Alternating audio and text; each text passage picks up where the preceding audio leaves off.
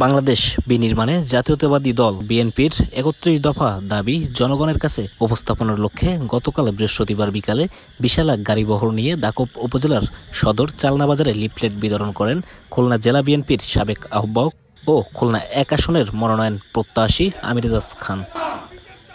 এ কর্মসূচিতে অংশগ্রহণ করতে উপজেলার বিভিন্ন প্রান্ত থেকে নেতাকর্মীরা দলে দলে মিছিল নিয়ে ছুটে আসেন চালনা উপজেলা সদরে। এক পর্যায়ে লিফলেট বিতরণ শেষে উপজেলার ডাকবাংলো মোড়ে বিএনপির দলীয় কার্যালয়ে স্থানীয় সাংবাদিকদের সাথে তিনি কথা বলেন। আমাদের পার্টির অ্যাক্টিং চেয়ারম্যান জননেতা তারেক রহমান উনি যে রাষ্ট্র মেরামতে ৩১ দফা দিয়েছেন এবং বাংলাদেশ বিনির্মাণে উনি যে কাজ চালিয়ে যাচ্ছেন, সেই কারণেই আজকে আমরা তৃণমূল পর্যায়ের সাধারণ মানুষদের কাছে এই ৩১ দফা যে কি সবাই এটা জানে না, সেই কারণে লিখিতভাবে আমরা লিফলেট তৈরি করেছি। এই লিফলেট তৈরির মধ্য দিয়ে প্রত্যেকটা মানুষ যাতে জানতে পারে যে আমাদের পার্টির অ্যাক্টিং চেয়ারম্যান তারেক রহমানের যে উদ্দেশ্য, যে আদর্শ, যা নিয়ে উনি কাজ করছেন, ঠিক সেইটাই যাতে জনগণের মধ্যে এইটা নিয়ে আলোচনা হয়, জনগণ বুঝতে পারে।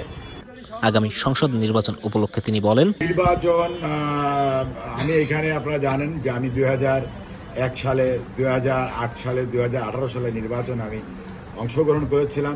কি ভোট পেয়েছিলাম আপনারা সবাই জানেন, এবং আমার পার্টির অ্যাক্টিং চেয়ারম্যান আমাকে এই আসনে নির্বাচন করার জন্য উনি আমাকে দায়িত্ব দিয়েছেন যে নির্বাচন করতে হবে।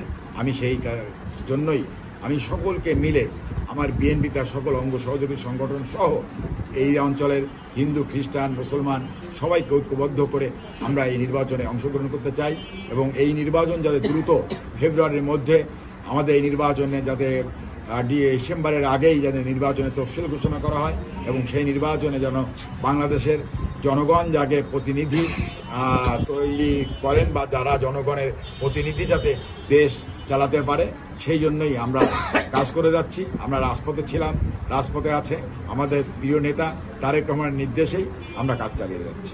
এ সময় দলীয় কার্যালয়ে দাকোপ উপজেলা বিএনপির সাবেক আহ্বায়ক, সদস্য সচিব ও পৌর বিএনপির সাবেক আহ্বায়ক এর নেতৃত্বে ছাত্রদল, যুবদল সহ বিভিন্ন অঙ্গ সহযোগী সংগঠনের নেতৃবৃন্দরা উপস্থিত ছিলেন।